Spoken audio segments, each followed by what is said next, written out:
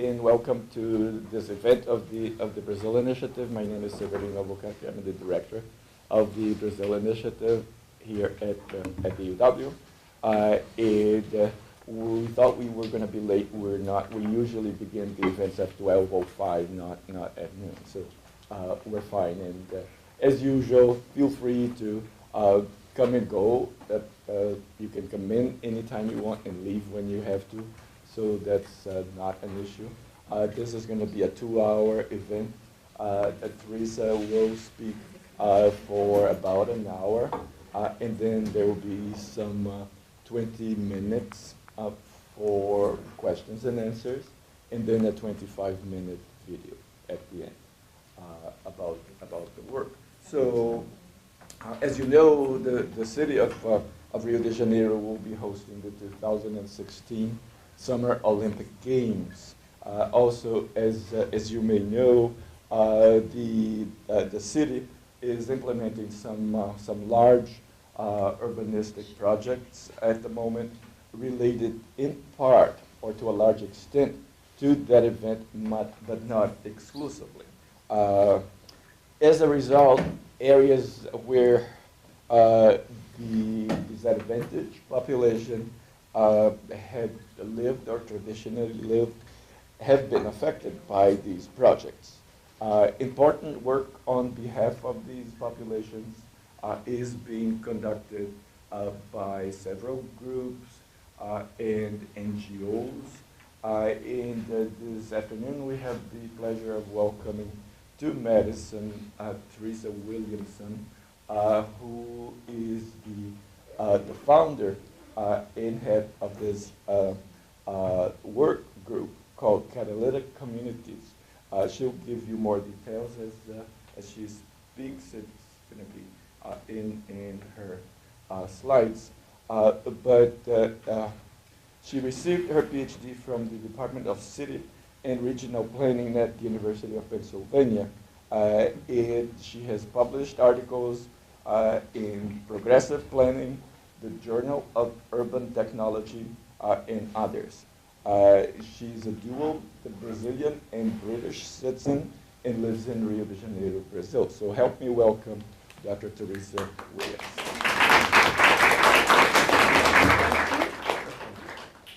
Thank you so much, Severino, and Israel and Alberto and everybody, and Meg for making this happen. It's a pleasure to be here. It's the first time I'm in Madison. Been hearing about it all my life. Had several friends who came here, and it's a pleasure. So thank you. So I'm going to be giving a talk today called Favelas at the Vangaurd, Rethinking Our Assumptions in Sustainable Development. I run a nonprofit, an NGO in Rio called Catalytic Communities. I'll start talking a little bit about the organization so you know my background. And then I'll talk a bit more about favelas, because a lot of people have different perceptions of them. And I'll tell you a little bit about how our organization has come to see them after working with them for 14 years. And then I'll talk about the policies that are currently being implemented in Rio and the changes happening in the city. And then we'll talk more deeply about the potential of favelas being seen as and supported as areas as models of sustainable development, which goes against the common sense assumptions about these communities. So that's the talk I'm going to give. And then what I'll do is I'll open up to questions. And then there's a film that our organization created for the Rio Plus 20 Environmental Conference in 2012 that was in Rio called Favela as a Sustainable Model, which is also available on YouTube. You could look it up. That I'll show at the end, so if people can stick around, so stay here all the way through too, you'll see the video as well.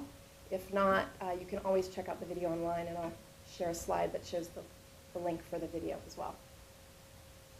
So in terms of my background, my mother's Brazilian, my father's English.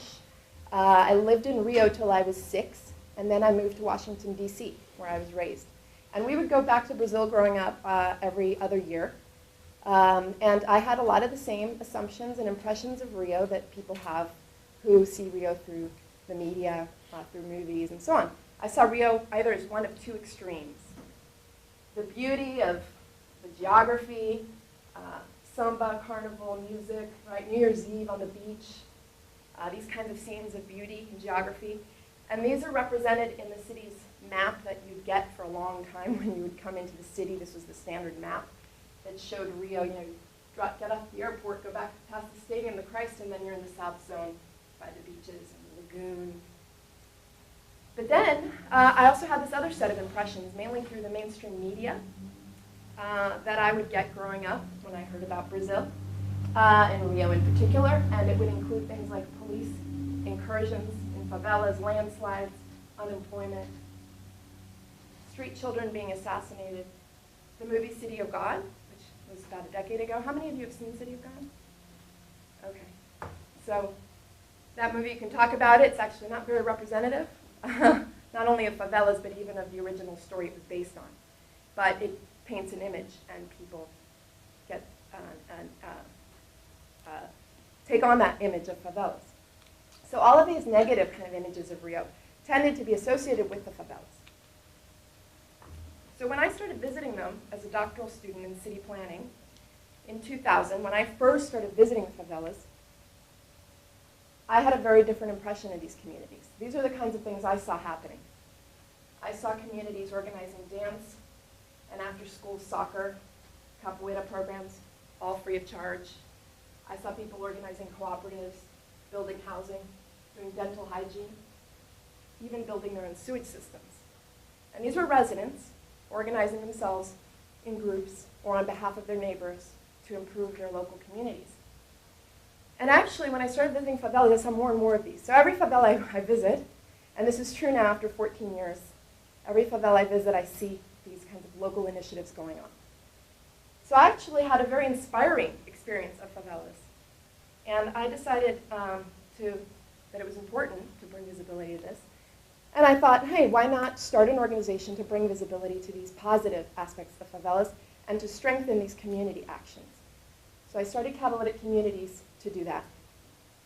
I had support from my doctoral, sorry, I'm like breathing fast because we walked across campus, sorry. Our organization started in 2000, so I had this idea basically, and we can talk in the Q&A if anybody's curious about this. But I had support from my doctoral committee to start Catalytic Communities as my doctoral project. So I was able to do this very proactive, proactive dissertation. So our first projects from 2000 to 2010 all involved strategic training and networking of favela residents. We started the first community solutions database on the internet that was open. Anybody could document projects. We won a tech award for that in 2006. We started a community center in downtown Rio that over 5 years had over 1,200 local leaders come and use the space, all through word of mouth, no publicity, because the space offered them access to the internet, information about different projects, trainings, and so on. And it was all done peer-to-peer. So what was really interesting about our community center was there was no organization coming in telling them what they should learn or what they should do. Community leaders were sharing information across neighborhoods.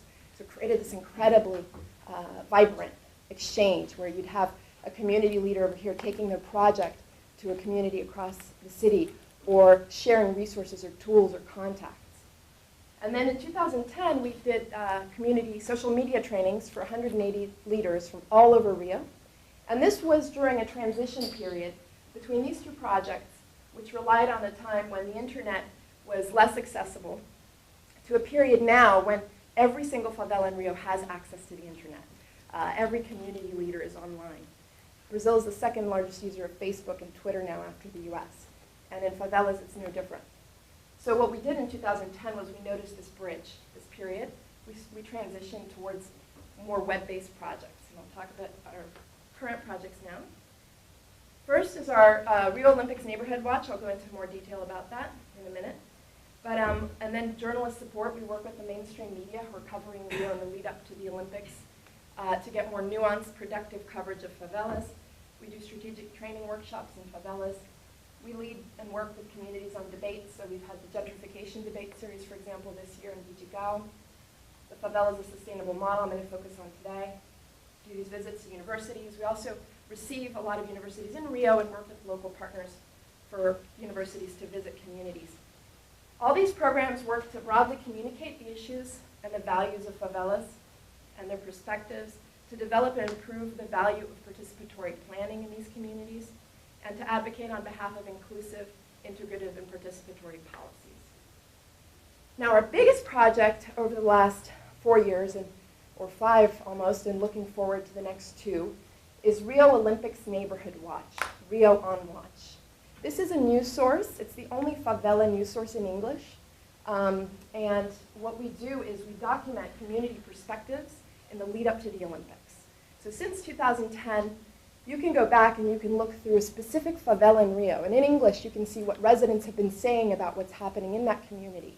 You can look at a specific policy, and you can track that policy and how it's affected different neighborhoods, whether it's evictions or police, whether it's public housing or upgrading of favelas, investing, social programs, education, and so on.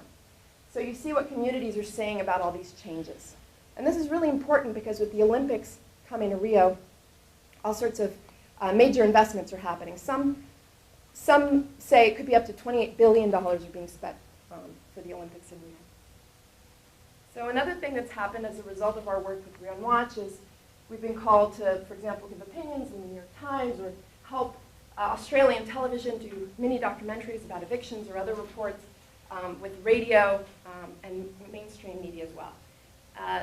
The idea of this work is to basically take advantage of the international spotlight that's on Rio through 2016, when all these media outlets have come to the city in large scale, and make sure we get better exposure for these communities that's more accurate, more nuanced, more productive, because when you have a very stigmatized community, it's hard to get good policy.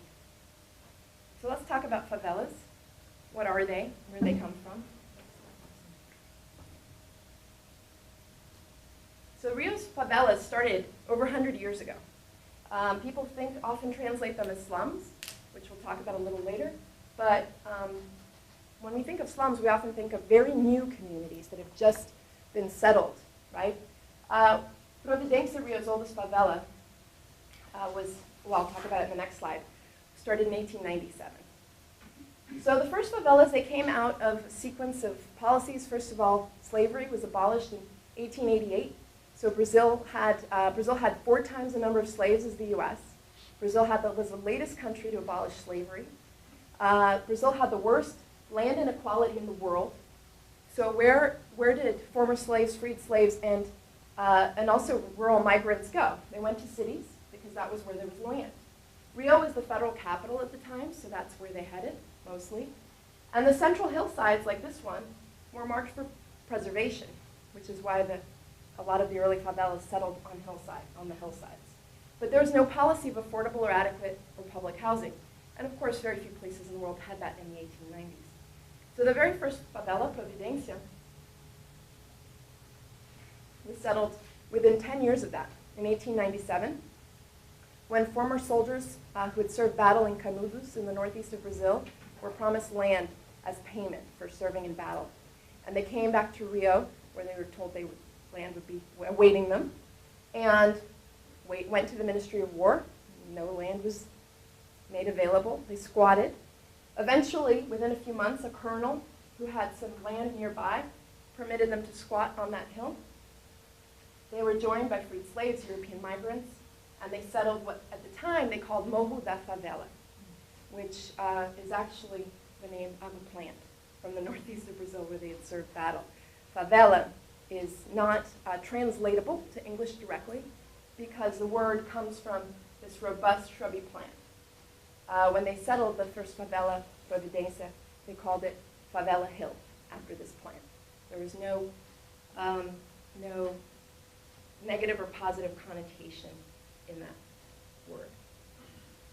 That was followed by 20th century policies. There was iterations of avoidance and eviction, with avoidance dominating. So basically, the government ignored these communities and just let them be. The most marked period of evictions was during the military dictatorship in the 60s and 70s. But even then, it was a small portion of favelas overall. There's a history of little and poor quality public housing. So essentially, there were only a few periods where public housing was built. In fact, City of God was one of the few examples of where public housing was built. City of God started as a public housing complex where people were moved out of favelas during the military regime. Eventually, it became a favela. Criminalization of poverty during the 1970s. So for example, the very first drug trafficker in Rio, he says he began drug trafficking because he wasn't allowed to take on formal employment. Why? Because during the military regime, if you were found outside of your community in the city center and you didn't have a reason for being there, you could have you would have a record open on a police station for loitering, and then you couldn't get a job. So basically, if you were from a favela during the military regime, it was very hard to get formal employment, and it also led to a lot of criminality, criminal behavior, or people who went into criminal activity, and the economic stagnation for 30 years didn't help either. So Rio's economy was stagnant from 1975 to 2005. In 2005, the highest economic driver in the state of Rio was pensions, just to give you an idea of how slow things were. That started changing after that, which we'll talk about.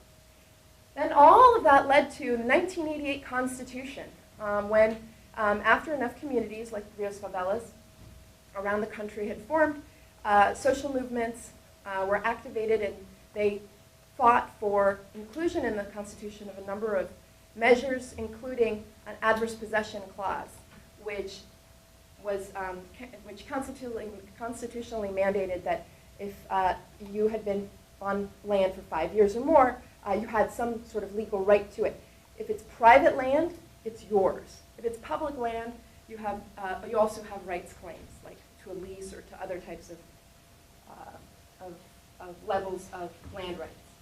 So basically, if you're on land for 5 years or more, you have legal rights in Brazil. Now that's not always translated into anything, but it's on the books. And then as a result of that, we actually had very few evictions from the Constitution through 2008.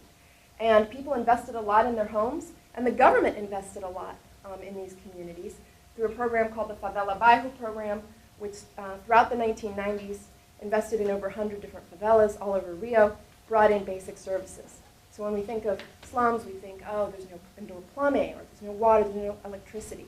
But in Rio's favelas, almost universally, you have those things. The quality won't be great, but they're present. So as a result of all of these policies, we now have over 1,000 favelas across Rio. 1.4 million people, up to 24% of the population, live in favelas.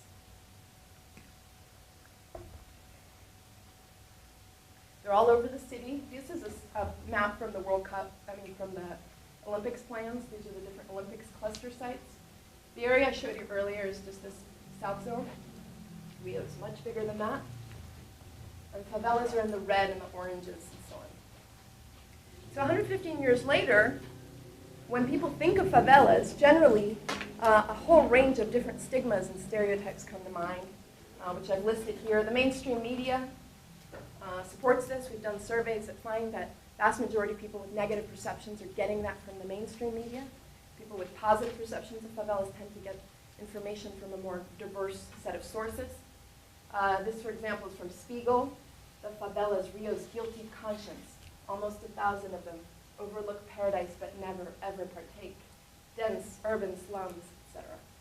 ESPN, Peterson is 19. He says he's never gone beyond the walls of his favela. His life history is not atypical for the children in the ghettos. His father shot his mother dead when he was just 2 months old. As if this is typical, anywhere, right? And the movie City of God, for example, didn't help much. They're actually doing a film in the community now about the traumatic consequences of the film on the community's psyche. But the main character is totally different in the book, and they transform these kinds of images often in the media.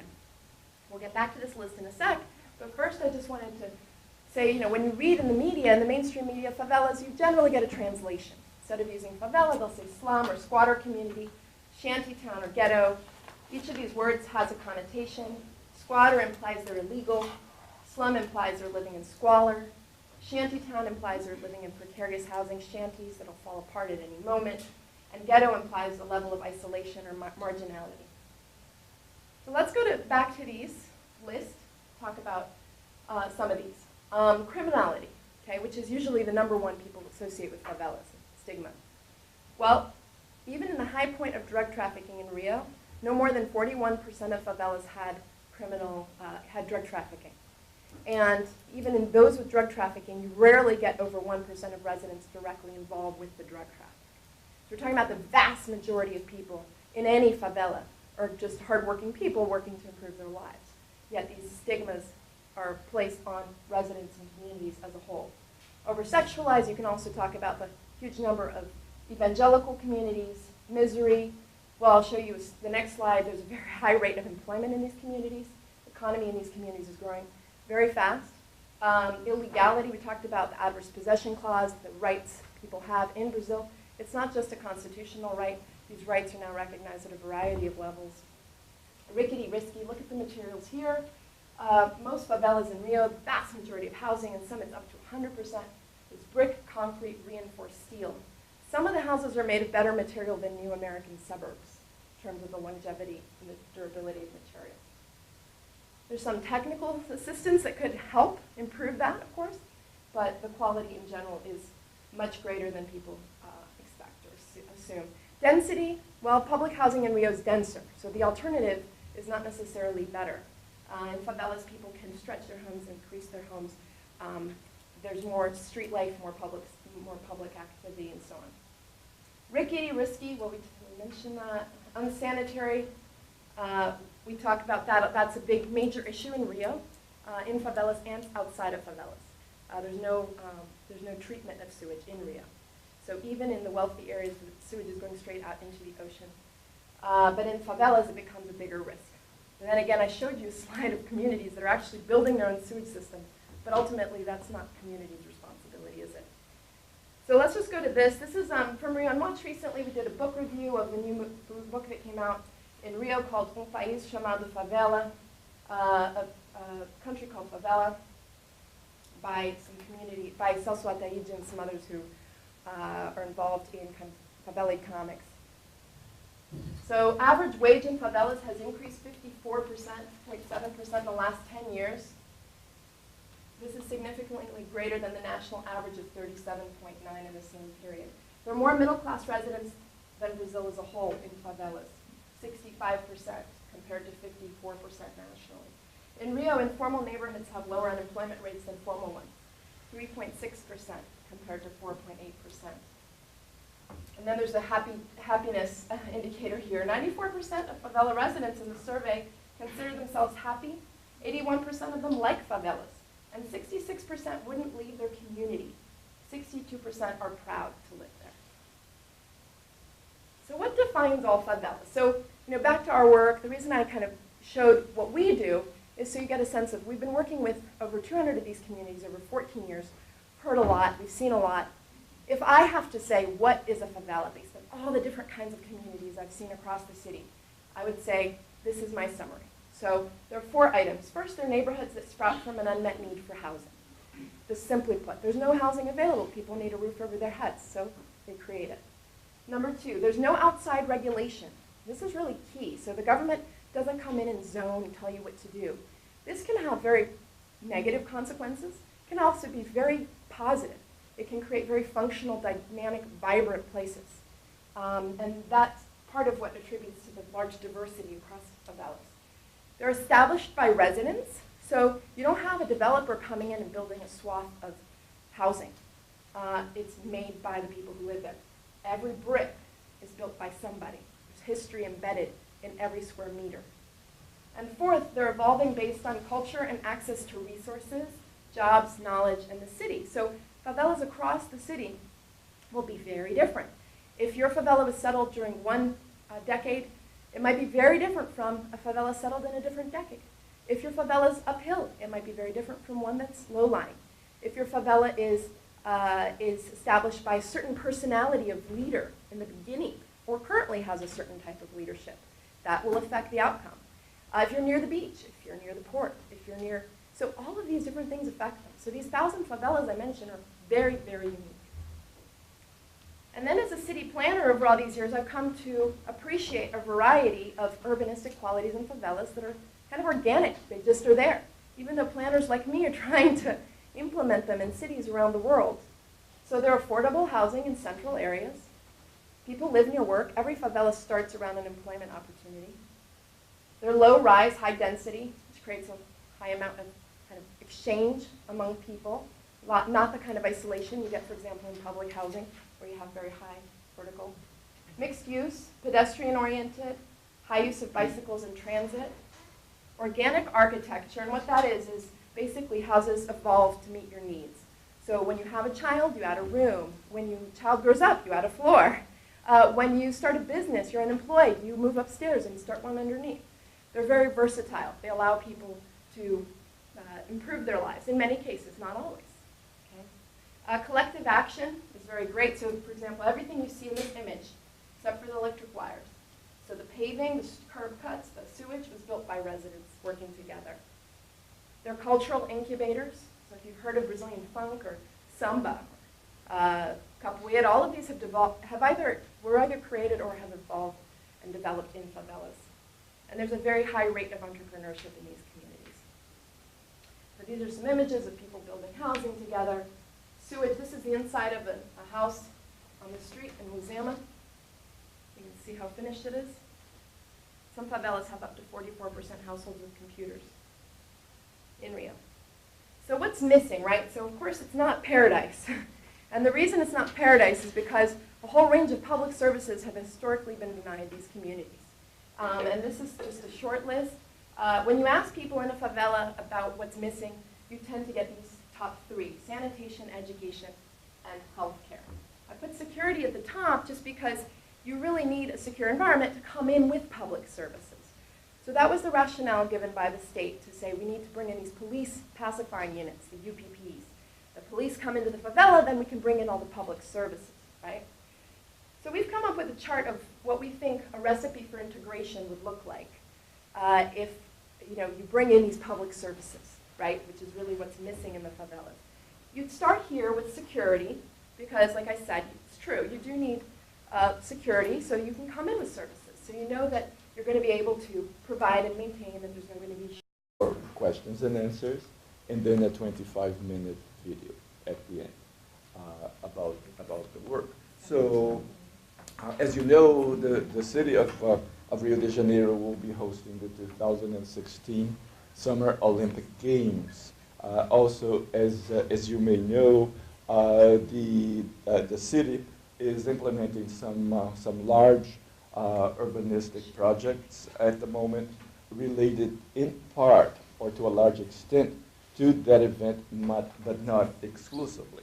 As a result, areas where the disadvantaged population had lived or traditionally lived have been affected by these projects. A bit about the organization, so you know my background. And then I'll talk a bit more about favelas, because a lot of people have different perceptions of them. And I'll tell you a little bit about how our organization has come to see them after working with them for 14 years. And then I'll talk about the policies that are currently being implemented in Rio and the changes happening in the city. And then we'll talk more deeply about the potential of favelas being seen as and supported as areas as models of sustainable development, which goes against the common sense assumptions about these communities. So that's the talk I'm going to give, and then what I'll do is I'll open up to questions. And then there's a film that our organization created for the Rio Plus 20 Environmental Conference in 2012 that was in Rio, called Favela as a System.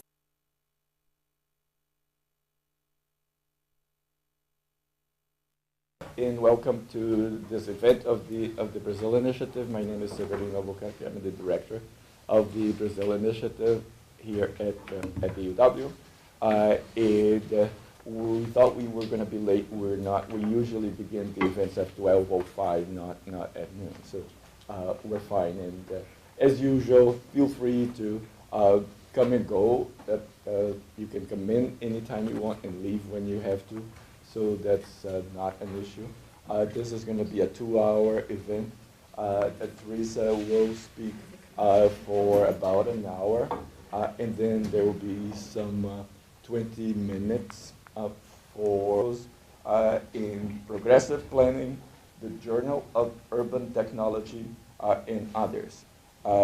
She's a dual Brazilian and British citizen and lives in Rio de Janeiro, Brazil. So help me welcome Dr. Theresa Williamson.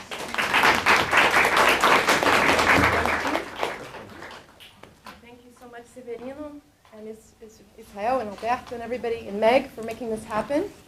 It's a pleasure to be here. It's the first time I'm in Madison. Been hearing about it all my life. Had several friends who came here, and it's a pleasure. So thank you. So I'm going to be giving a talk today called Favelas at the Vanguard, Rethinking Our Assumptions in Sustainable Development. I run a nonprofit, an NGO in Rio called Catalytic Communities. I'll start talking a little bit. Important work on behalf of these populations is being conducted by several groups and NGOs.